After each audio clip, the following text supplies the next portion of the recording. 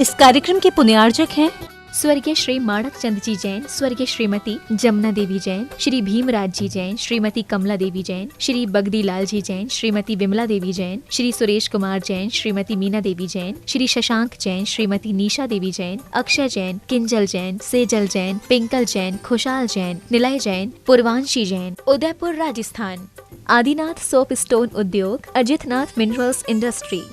श्री सुरेश चंद जैन, श्रीमती रजनी जैन पहाड़िया, श्री सौरभ जैन, श्रीमती निधि जैन मुंबई, सानिध्य एवं Naisha Jain Pahadia Mumbai, Shri Praveen Jain, Shrimati Shilpi Jain Patni, Jivesh Rushil Jain Patni Delhi. SSJ finance and securities private limited.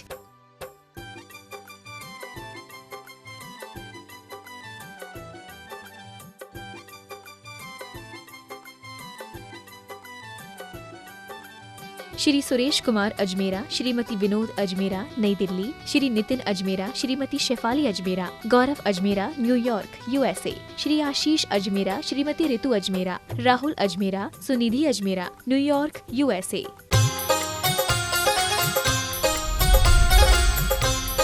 प्रमाणिक समाधान। नमोस्तु गुरुवर। धर्म अधर्म, पाप पुण्य एवं सकारात्मकता नकारात्मकता और उनके परिणामों से परिचित होने के बावजूद भी व्यक्ति का झुकाव नकारात्मकता या अधर्म की ओर ही क्यों होता है? बहुत अच्छा भाव आपने प्रकट किया। सब व्यक्ति जानते हैं धर्म क्या अधर्म क्या है, अच्छाई क्या बुराई क्या, पाप क्या पुण्य क्या, सकारात्मकता क्या नकारात्मकता क्या और उसके परिणाम भी क्या। लेकिन इसके बाद भी व्यक्ति का झुकाव नकारात्मकता की तरफ ही होता है। पार्श्वनाथ को आदर्श बनाने के बाद भी लोग कमठ के ही रास्ते पर क्यों चलते हैं? आपके सवाल का उत्तर मैं आचार्य पूज्यपाद की एक कारिका के माध्यम से देना चाहता हूँ। वहाँ एक आम आदमी की बात तो जाने दीजिए, हम योगियों को रेखांकित करते हुए एक बात उठाई। महान महान योगी भी पर परिणति में लग जाते हैं और उन्होंने बहुत अच्छी बात की कि जाननपि आत्मनस्तत्वम विविक्तम भावयनपि। जाननपि आत्मनस्तत्वं विविक्तं भावयनपि पूर्व विभ्रम वसाच्चेत भूयो भ्रांतिम अभिगच्छति। अपने आत्मा के तत्व को अच्छी तरीके से जानने के बाद भी विविक्तम भावयनपि, एकांत में उसकी भावना भाने के उपरांत भी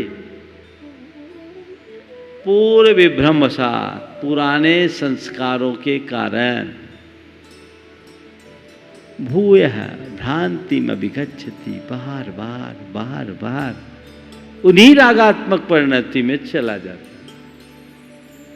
तो मैं इसी बात को आप लोगों के लिए लागू करता हूं।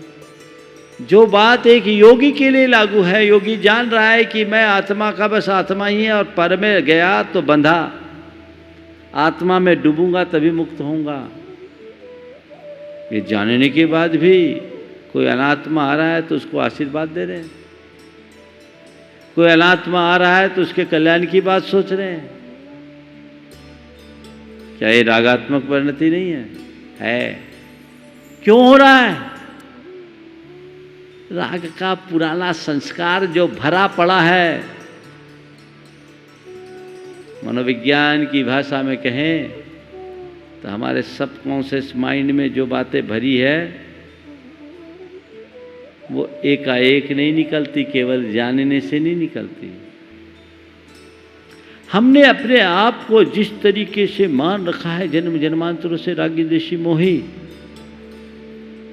तो हमारे भीतर वही परिणति होती है। पूर्व विभ्रम वसात चेत भूयो भ्रांति में विगच्छति। वो भ्रांति बनी रहती है, वैसा ही चक्र चलता रहता है।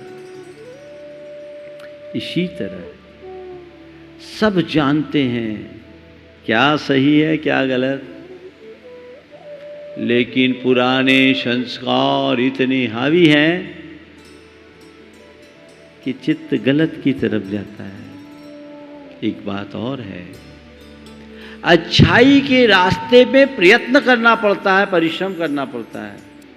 बुराई के रास्ते में ज़्यादा श्रम की जरूरत नहीं है। चढ़ाई चढ़ने में हमें बल लगाना पड़ता है, नीचे उतरने के लिए तो केवल लुढ़कना पड़ता है। पानी को ऊपर चढ़ाने के लिए मोटर लगाना पड़ता है और नीचे लाने के लिए तो केवल ढोलना पड़ता है। तो जो सहज है उसकी तरफ झुकाव है, जिसमें अतिरिक्त पुरुषार्थ और श्रम अपेक्षित होता है, उसकी तरफ हमारा ध्यान कम जा पाता है। तो फिर क्या करें महाराज, आपने तो अब ये बता ही दिया कि अब जो पुराने संस्कार है भैया होते रहेंगे, अच्छी छुट्टी दे दी, अब तो हम जो हो रहा है सो करें। नहीं, अपना पुरुषार्थ जगाओ और उस पुराने संस्कार को निर्मूल करो।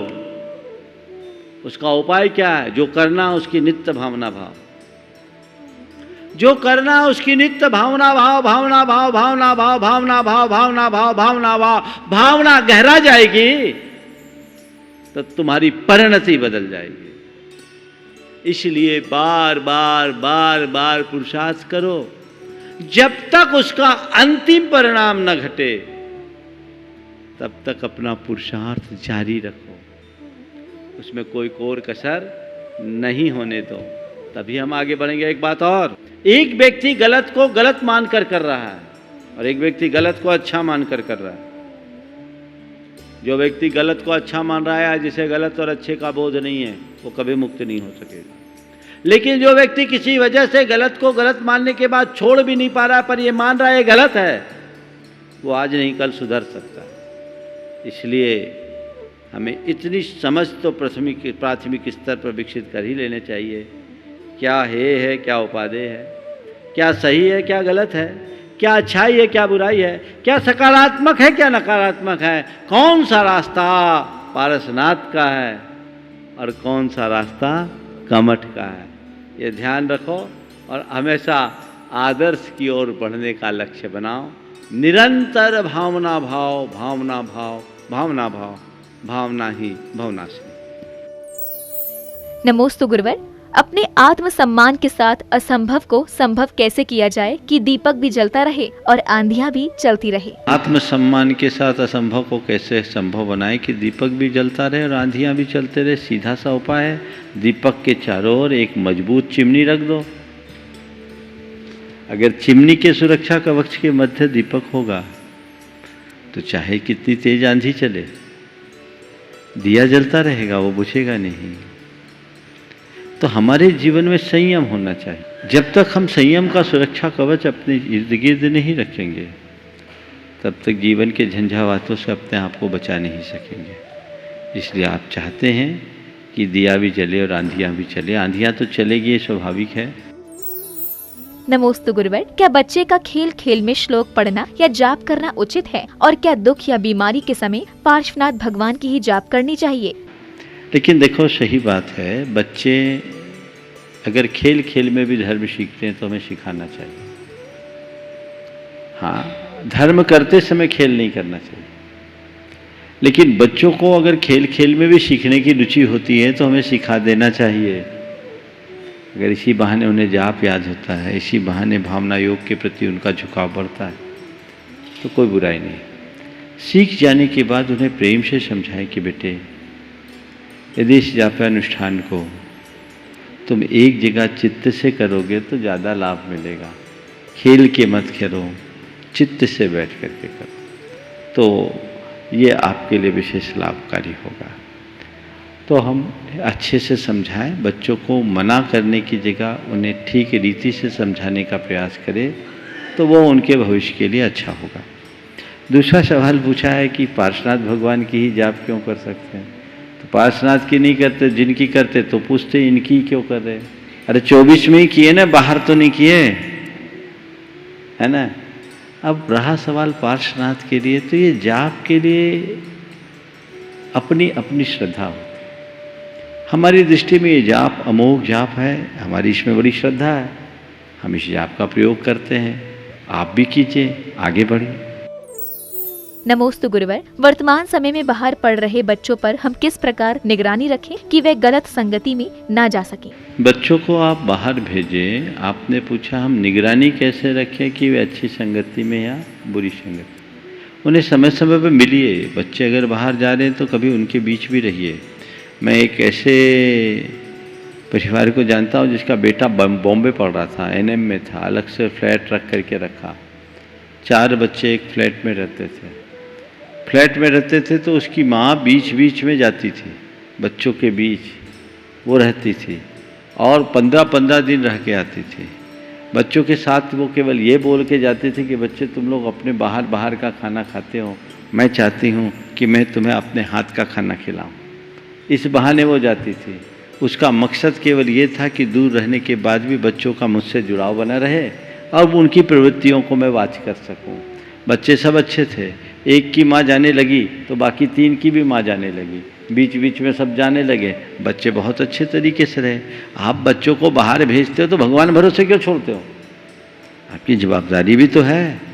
बच्चे हैं, छोटे हैं, अनुभवहीन हैं, उन्हें आप बांध के भी नहीं रख सकते। तो थोड़ा आप ध्यान तो रखें कि बच्चे कहीं भटक तो नहीं रहे। उनको वैसा वातावरण और विश्वास और भरोसा जैसा वातावरण दें। शंका भी ना करें तो आंखें भी ना मूंदे। हम दोनों तरफ ध्यान में रख कर करेंगे तो हम बच्चों के भविष्य को बेहतर बनाने में समर्थ हो सकेंगे। नमोस्तु गुरुवर, शुष्क बुद्धि क्या है और इसके परिणाम स्वरूप व्यक्ति में क्या हीनता होती है? शुष्क बुद्धिवाद से तात्पर्य ऐसे लोगों से है जो केवल बौद्धिक स्तर की बात करते हैं, भावना शून्य जीवन जीते हैं। ये बुद्धिवाद है, जहाँ हर बात में केवल कैलकुलेटिव हिसाब किताब होता है, हर बात को केवल बौद्धिक दृष्टि से ही नापा तोला जाता है, और शुष्क बुद्धिवाद है। और हमें ऐसे बुद्धिवाद से बचना चाहिए। ऐसा बुद्धिवाद मनुष्य को असहिष्णु बनाता है, असंवेदनशील बनाता है, क्रूर, क्रोधी और प्रमत्त बनाता है, जीवन की समरसता को नष्ट करता है। अगर जीवन में सरसता और समरसता बनाए रखना चाहते हैं, सरलता और सहिष्णुता को, भाव प्रवणता को, प्रेम और आत्मीयता को विकसित करना चाहते हैं, तो बौद्धिकता के साथ जीवन में भावनात्मक विकास भी होना चाहिए। नमोस्तु गुरुवर, देवादिदेव का क्या अर्थ है और जाप के आदि एवं अंत में ओम सम्यक दर्शनाय नमः आदि का उच्चारण क्यों किया जाता है? देवादिदेव का मतलब क्या है? लोक में बहुत सारे देव हैं जिनको हम देव मानते हैं। भगवान उन देवों के भी देव हैं क्योंकि वे देवता भी उनकी पूजा करते हैं। तो जो देवों के भी देव हैं वे देवादिदेव हैं। हमारे तीर्थंकर भगवतों को 100 इंद्र प्रणाम करते हैं। आप लोग पूजा में बोलते सत इंद्र नमस्कर शीशधार। तो जो इंद्रों के भी पूज्य हैं, देवों के भी पूज्य हैं, आराध्य हैं, वे देवादिदेव हुए ना। इसलिए हम भगवान महावीर ही नहीं, अपने सभी तीर्थंकर भगवंतों को, पूज्य परमात्मा को देवादिदेव के नाम से संबोधन देते हैं।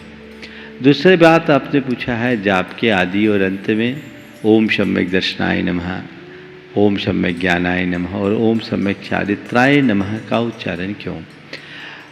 हमारी साधना का मूल लक्ष्य मोक्ष है और मोक्ष की प्राप्ति का साधन है सम्यक दर्शन, सम्यक ज्ञान और सम्यक चारित्र। हम ये जो जप करते हैं उसमें हमारा उद्देश्य हमारे सम्यक दर्शन, सम्यक ज्ञान और सम्यक चारित्र की पुष्टि होनी चाहिए। सारे संसार के लोगों में सम्यक दर्शन, सम्यक ज्ञान और सम्यक चारित्र विकसित होना चाहिए। इस भाव से हम जाप के आदि में और जाप की संपन्नता के बाद भी मेरा ध्येय यही है, मेरा इष्ट यही है, मेरा लक्ष्य यही है, मेरा प्राप्तव्य यही है, ये सोच कर हम सम्यक दर्शनाय नमः, ओम सम्यक ज्ञानाय नमः और ओम सम्यक चारित्राय नमः का उच्चारण करते हैं। नमोस्तु गुरुवर, हमें सायंकाल में क्यों नहीं सोना चाहिए? बहुत अच्छा सवाल है। संध्या वेला में नहीं सोना चाहिए। इस समय आप अगर कभी सोएं, अनुभव करें तो बड़ी गाढ़ी नींद आती। हमारे यहाँ रात्रि के 4 प्रहर बताएं, रौद्र प्रहर, राक्षस प्रहर, गंधर्व प्रहर और मनोहर प्रहर। 6 बजे से सुबह 6 बजे तक के 12 घंटे के रात्रि के 4 प्रहर माने जाते हैं। एक एक प्रहर 3-3 घंटे का होता है। 6 बजे से 9 बजे का प्रहर रौद्र प्रहर होता है। उसके बाद 9 से 12 तक का समय राक्षस प्रहर का होता है। 12 से 3 का समय गंधर्व प्रहर कहलाता है और 3 से 6 का समय मनोहर प्रहर कहलाता है। रौद्र प्रहर में शयन नहीं करना चाहिए। रौद्र प्रहर को टालकर और हो सके तो थोड़ा साधकों के लिए राक्षस प्रहर भी टालें। तो इसलिए 9 बजे के आसपास शयन करना चाहिए। राक्षस प्रहर और गंधर्व प्रहर आपके शयन का प्रहर है। मनोहर प्रहर में व्यक्ति को जाग जाना चाहिए। एक स्वस्थ और वयस्क व्यक्ति को करीब 6-7 घंटे की नींद आवश्यक है। तो अगर 9 बजे सोता है तो 4 बजे तक उसे बिस्तर छोड़ देना चाहिए। बच्चे हैं तो 8-5 बजे तक बिस्तर छोड़ दें। उससे बुद्धि स्थिर बनी रहती है, मन अच्छा होता है। और आप देखेंगे कि कभी जल्दी सो जाएं तो आपकी थोड़ी देर में ज़्यादा नींद पूरी हो जाएगी और वो मूर्छा जैसी होती है। इससे हमारी स्मृति क्षीण होती है, बुद्धि कुंद होती है और अन्य बीमारियों का भी कारण बनता है। इसलिए ऐसे समय में हमें नहीं सोना चाहिए। नमोस्तु गुरुवर। कुसंगति छोड़ नई दिशा में बढ़ने वाली व्यक्ति के प्रति तंज कसे जाते हैं और जब वही व्यक्ति अपने पुरुषार्थ से समाज में अपनी अलग पहचान बनाता है तो उसका उदाहरण दिया जाता है, ऐसा क्यों? देखिए, बहुत अच्छा सवाल है। निश्चित कोई व्यक्ति अपने जीवन में मोड़ लाता है तो बहुत सारे लोग ऐसे होते हैं जो उसके ऊपर व्यंग के तीर छोड़ते हैं। लोग हैं, सब तरह के लोग हैं। अगर कोई कहता है 70 चूहे खाकर बिल्ली चली हज को, तो इसमें क्या दिक्कत है? उन्हें खुलेआम स्वीकार करना चाहिए कि मैंने कभी 70 चूहे खाए हैं, अब तो नहीं खा रहे। अब हज को चल रहे, तुम्हें चलना, तुम भी हमारे साथ हो लो। अगर हमने कभी गलती की और लोग हमें हमारी पुरानी स्मृतियों को, हमारी पुरानी प्रवृत्तियों को याद दिलाकर हमें गलत कह रहे हैं, स्वीकार लेना चाहिए। मैं गलत था, अब तो नहीं हूं। मैंने यही सीखा है कि गलत से गलत इंसान भी अपने जीवन को बदल सकता है और हर संत का एक अतीत होता है और अपराधी का एक भविष्य। तुम मेरे अतीत को मत देखो, भविष्य को देखना। ये एक प्रकार का परिचय है। हालांकि इस तरह का व्यवहार नहीं करना चाहिए, इससे व्यक्ति डिमोटिवेट होता है। हमें ऐसे व्यक्ति को गले लगाना चाहिए, आगे बढ़ाना चाहिए, प्रोत्साहित करना चाहिए। लेकिन समाज में नकारात्मक दृष्टिकोण रखने वाले लोग अधिक हैं, उनके अंदर नकारात्मकता भरी है, इसलिए लोग इस तरह के व्यवहार ज़्यादा करते हैं जिससे लोग हताश होते हैं। लेकिन जो आपने प्रश्न का दूसरा पहलू रखा कि ऐसे ही लोग जब अपने दम पर सफल हो जाते हैं तो बहुत सारे लोग उनके इर्द गिर्द आ जाते हैं, लेकिन और उनका उदाहरण देते कि देखो ये आदमी ऐसा था और ऐसा हो गया, ये उदाहरण बन जाता है।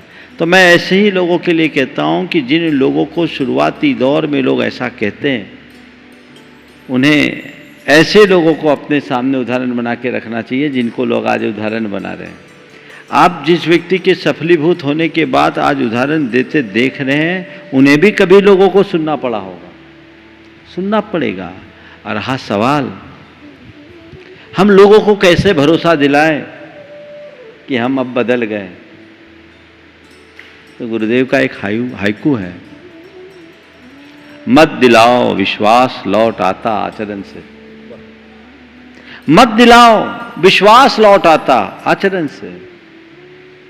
तुम्हारा आचरण अच्छा हो, व्यवहार अच्छा हो तो अपने आप खोया हुआ विश्वास लौट आएगा। मेरे संपर्क में ऐसे अनेक लोग हैं जो कभी शराब से कुल्ला किया करते थे, आज 7 प्रतिमा के व्रत पालन कर रहे हैं,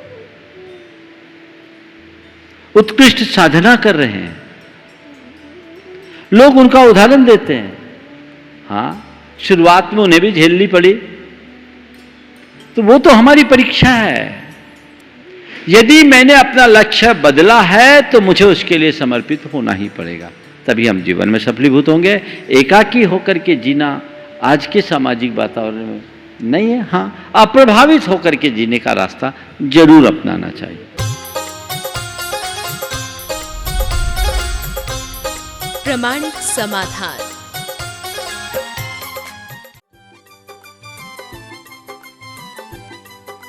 इस कार्यक्रम के पुण्यार्जक थे स्वर्गीय श्री माणक चंद जी जैन, स्वर्गीय श्रीमती जमुना देवी जैन, श्री भीमराज जी जैन, श्रीमती कमला देवी जैन, श्री बगदी लाल जी जैन, श्रीमती विमला देवी जैन, श्री सुरेश कुमार जैन, श्रीमती मीना देवी जैन, श्री शशांक जैन, श्रीमती निशा देवी जैन, अक्षय जैन, किंजल जैन, सेजल जैन, पिंकल जैन, खुशाल जैन, निलय जैन, पूर्वांशी जैन, उदयपुर राजस्थान।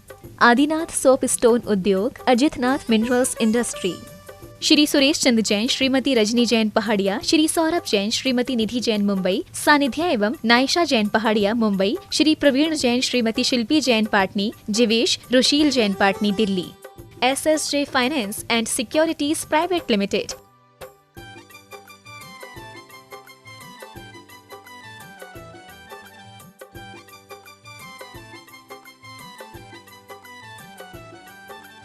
श्री सुरेश कुमार अजमेरा, श्रीमती विनोद अजमेरा नई दिल्ली, श्री नितिन अजमेरा, श्रीमती शेफाली अजमेरा, गौरव अजमेरा न्यूयॉर्क USA, श्री आशीष अजमेरा, श्रीमती ऋतु अजमेरा, राहुल अजमेरा, सुनिधि अजमेरा न्यूयॉर्क USA।